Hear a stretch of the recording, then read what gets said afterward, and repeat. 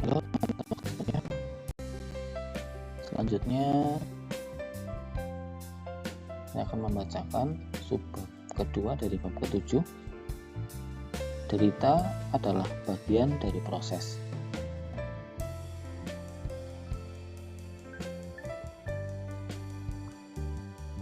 Pada tahun 1950-an, seorang psikologi Polandia bernama Kazimierz Dabrowski meneliti para penyintas Perang Dunia II dan bagaimana mereka menghadapi pengalaman traumatik pasca perang tersebut. Ini adalah Polandia. Jadi, banyak hal yang mengerikan yang terjadi. Banyak hal mengerikan yang terjadi. Orang-orang ini telah mengalami atau menyaksikan kelaparan massal, pengeboman yang mengubah wajah kota-kota menjadi puing, pembasmian, penyiksaan, tawanan perang, dan pemerkosaan dan atau pembunuhan anggota keluarga. Jika bukan oleh Nazi, maka beberapa tahun kemudian oleh Soviet. Seperti yang dikaji Dabrowski mengenai para penyintas, dia mengamati sesuatu yang mengejutkan sekaligus luar biasa. Persentase yang cukup besar dari antara mereka meyakini kalau derita dari pengalaman di masa perang, meskipun menyakitkan dan tentu saja membuat trauma, sebenarnya telah membuat mereka menjadi lebih baik, lebih bertanggung jawab, dan bahkan menjadi orang-orang yang lebih bahagia. Banyak orang menggambarkan hidup mereka sebelum perang sebagai orang yang sangat berbeda, kurang bersyukur dan tidak menghargai orang-orang yang mereka cintai, malas-malasan dan ditelan masalah remeh, menyia-nyiakan apa yang telah mereka terima.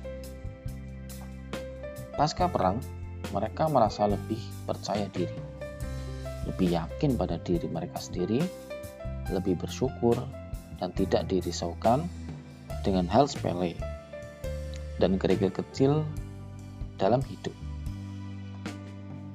Jelas, pengalaman yang mereka lalui mengerikan, dan para penyintas ini tidak bahagia sama sekali dengan itu. Banyak dari antara mereka masih menderita akibat perut luka emosional dari perang yang terus-menerus tersebut. Tapi beberapa dari antara mereka berhasil memanfaatkan luka tersebut untuk mengubah diri mereka dengan cara yang positif dan kuat. Dan mereka tidak sendirian dalam pembalikan tersebut. Bagi sebagian dari kita, pencapaian yang paling membanggakan muncul dalam wajah kemalangan yang amat besar. Muka kita sering membuat kita semakin kuat, lebih tangguh, lebih membumi. Banyak penyintas kanker sebagai contoh yang melaporkan kalau mereka merasa lebih kuat dan lebih bersyukur setelah berhasil memenangkan perjuangan untuk bertahan hidup. Banyak personel militer yang beraksi tentang ketangguhan mental yang diperoleh dari bertahan di lingkungan yang berbahaya seperti zona perang. Dabrowski berpendapat bahwa rasa takut dan kecemasan serta kesedihan tidak selalu menjadi kondisi mental yang tidak diinginkan atau tidak membantu, melainkan itu sering mewakili derita yang selayaknya kita butuhkan demi perkembangan jiwa kita. Dan menyangkal luka itu sama dengan menyangkal potensi kita sendiri. Seperti halnya seseorang yang mengalami rasa sakit fisik untuk membentuk tulang dan otot yang lebih kuat. Seseorang harus mengalami sakit emosional untuk mengembangkan ketangguhan emosional yang lebih besar, rasa percaya diri yang lebih kuat, belas kasih yang meningkat, dan secara umum hidup yang lebih bahagia. Perubahan perspektif kita yang paling radikal kadang terjadi pada ekor, suatu momen yang paling buruk. Hanya pada saat kita mengalami rasa sakit yang intens, kita bersedia menimbang nilai-nilai yang kita miliki. dan bertanya mengapa nilai tersebut seakan membuat kita gagal.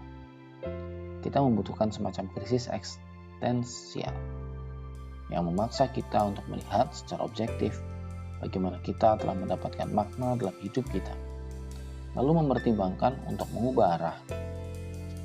Anda boleh menyebut ini pengalaman ambang batas atau mengalami sebuah krisis eksistensial.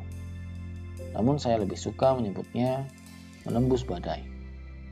Pilih saja yang cocok untuk Anda.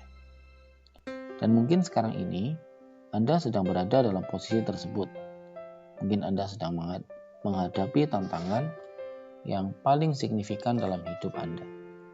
Dan limbung karena semua hal yang sebelumnya Anda pikir benar dan normal serta baik telah berubah menjadi sebaliknya. Tidak apa-apa, itu bagus. Itu permulaannya. Saya sungguh ingin menekankan sekali lagi bahwasanya derita adalah bagian dari proses. Penting untuk merasakannya. Karena jika Anda hanya mengejar kesenangan di atas rasa sakit, jika Anda membiarkan diri tertelan dalam kepongahan dan pemikiran positif yang delusional, jika Anda terus menjalankan diri Anda dalam berbagai hal atau kegiatan, Anda tidak akan pernah menemukan motivasi yang menjadi syarat untuk benar-benar berubah.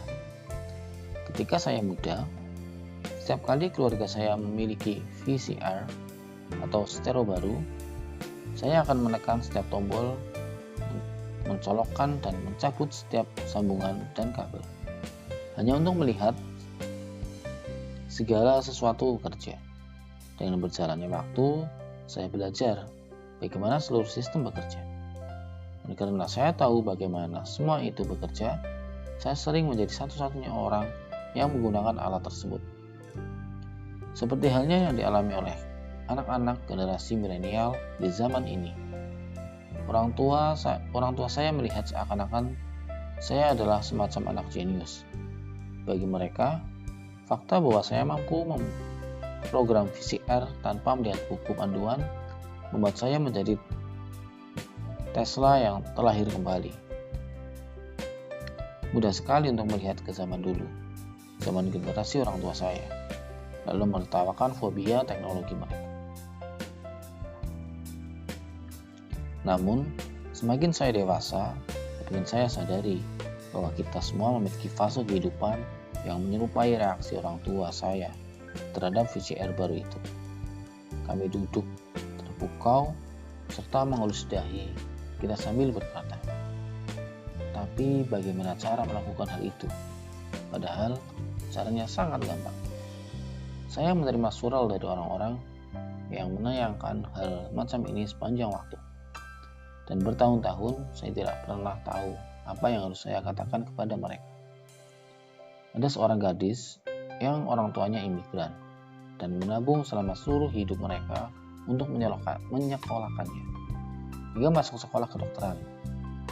Tapi sekarang dia duduk di sekolahan kedokteran dan membencinya. Dia tidak ingin menghabiskan hidupnya sebagai dokter. Jadi dia sungguh ingin berhenti kuliah. Namun dia merasa terjebak, sehingga pada akhirnya dia mengirim surat elektronik kepada orang tua asing di internet dan menanyakan sebuah pertanyaan konyol namun jelas, seperti bagaimana saya berhenti dari sekolah kedokteran. Atau seorang mahasiswa yang jatuh cinta kepada dosennya, akibatnya dia tersiksa dengan setiap tanda tawa, senyuman, lanturan hingga basa-basi, dan mengirim saya surel yang mirip novela sepanjang 28 halaman yang ditutup dengan pertanyaan, bagaimana caranya agar dia mau diajak kencan? Atau orang tua tunggal ibu yang sekarang anak-anaknya sudah lulus sekolah, namun masih bermalas-malasan di sofa, makan makanannya, menghabiskan uangnya, tidak menghargai ruang atau keinginan si ibu untuk mendapatkan privasi. Dia ingin mereka hidup sendiri. Dia ingin melanjutkan hidupnya sendiri. Di saat yang sama, dia takut setengah mati meminta anak-anaknya untuk pindah. Sedemikian rupa sehingga pada pertanyaan bagaimana cara meminta mereka pindah. Ini adalah jenis pertanyaan VCR.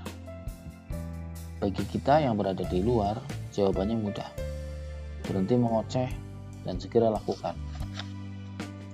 Namun, dari dalam, dari sudut pandang masing-masing orang yang mengalaminya, pertanyaan ini terasa mustahil rumit dan buram, seperti teka-teki eksistensial yang dibungkus dengan enigma dan dimuat di dalam satu ember KFC yang penuh dengan kubus Rubik. Pertanyaan VCR ini lucu karena jawabannya terlihat sulit bagi siapapun yang mengalaminya dan tampak mudah bagi siapapun yang tidak mengalaminya. Masalahnya di sini adalah rasa sakit. Mengisi berkas pengunduran diri dari sekolah kedokteran jelas merupakan langkah yang langsung tepat sasaran. Sedangkan melukai hati orang tua Anda adalah perkara lain. Mengajak dosen untuk berkencan sesederhana mengutarakan ajakan tersebut. Resiko menerima rasa malu yang mendalam dan penolakan rasa jauh lebih rumit. Meminta seseorang keluar dari rumah Anda adalah sebuah keputusan yang jelas. Perasaan bahwa Anda menelantarkan anak sendiri akan lain sama sekali. Saya berjuang menghadapi kegusaran sosial atau social anxiety sepanjang masa remaja dan awal masa dewasa saya. Saya menghabiskan hampir seluruh hari-hari saya mengalihkan perhatian saya sendiri dengan video games dan sebagai besar malam-malam saya entah dengan minum-minuman atau merokok demi mengusir rasa tidak nyaman itu. Selama bertahun-tahun, keinginan untuk berbicara dengan orang asing yang harapannya menarik atau populer atau pintar terasa mustahil bagi saya. Saya berjalan dalam kebingungan selama bertahun-tahun. Bertanya kepada diri saya sendiri pertanyaan VCR yang bodoh. Bagaimana caranya? Anda bisa semudah itu berjalan dan mengerjakannya dan mengajaknya bicara. Bagaimana bisa seseorang melakukan itu? Saya punya semua jenis keyakinan yang buruk seperti bahwa Anda tidak diizinkan berbicara dengan seseorang kecuali jika Anda memiliki alasan yang wajar untuk melakukannya. Atau bahwa para wanita akan berpikiran bahwa saya adalah seorang pemerkosa yang menakutkan jika terlalu sering berkata halo. Masalahnya adalah bahwa emosi saya menentukan realitas saya, karena saya merasa seperti orang-orang enggan berbicara dengan saya. Saya mulai meyakini bahwa orang-orang memang tidak mau saya ajak bicara. Dan karena itu, pertanyaan VCR saya, bagaimana saya bisa langsung menghampiri seseorang dan mengajaknya berbicara? Karena saya gagal memisahkan apa yang saya rasakan dengan apa yang sesungguhnya ada, saya menjadi tidak mampu melangkah keluar dari diri saya dan memandang dunia sebagaimana adanya. Dua tempat yang sederhana, di mana dua orang bisa bertemu kapan saja dan saling bicara. Banyak orang ketika mereka merasa suatu bentuk rasa sakit atau amarah atau kesedihan, mengabaikan semuanya dan mulai merasa kebal atas semua perasaan yang menghinggapi. Sasaran mereka adalah untuk secepat mungkin merasa baik kembali. Bahkan jika itu berarti mengubah atau menipu diri mereka sendiri atau kembali ke nilai mereka yang buruk. Belajarlah untuk menahan rasa sakit yang telah Anda pilih. Ketika memilih sebuah nilai baru, Anda sedang memilih untuk memasukkan bentuk rasa sakit yang baru ke dalam hidup Anda. Rasakan, nikmati. Terima dengan tangan terbuka, kemudian lakukanlah. Saya tidak berbohong. Ini akan terasa tidak mungkin pada awalnya, tapi Anda dapat memulainya dengan hal yang sederhana. Anda akan merasa seakan-akan Anda tidak tahu apa yang harus dilakukan. Namun kita telah membahas hal ini. Anda tidak tahu apapun.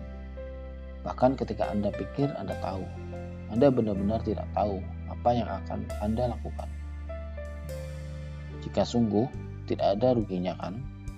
Hidup adalah tentang tidak mengetahui apapun dan kemudian melakukan sesuatu apapun yang terjadi. Segala hal dalam kehidupan berlaku seperti ini, tidak pernah berubah.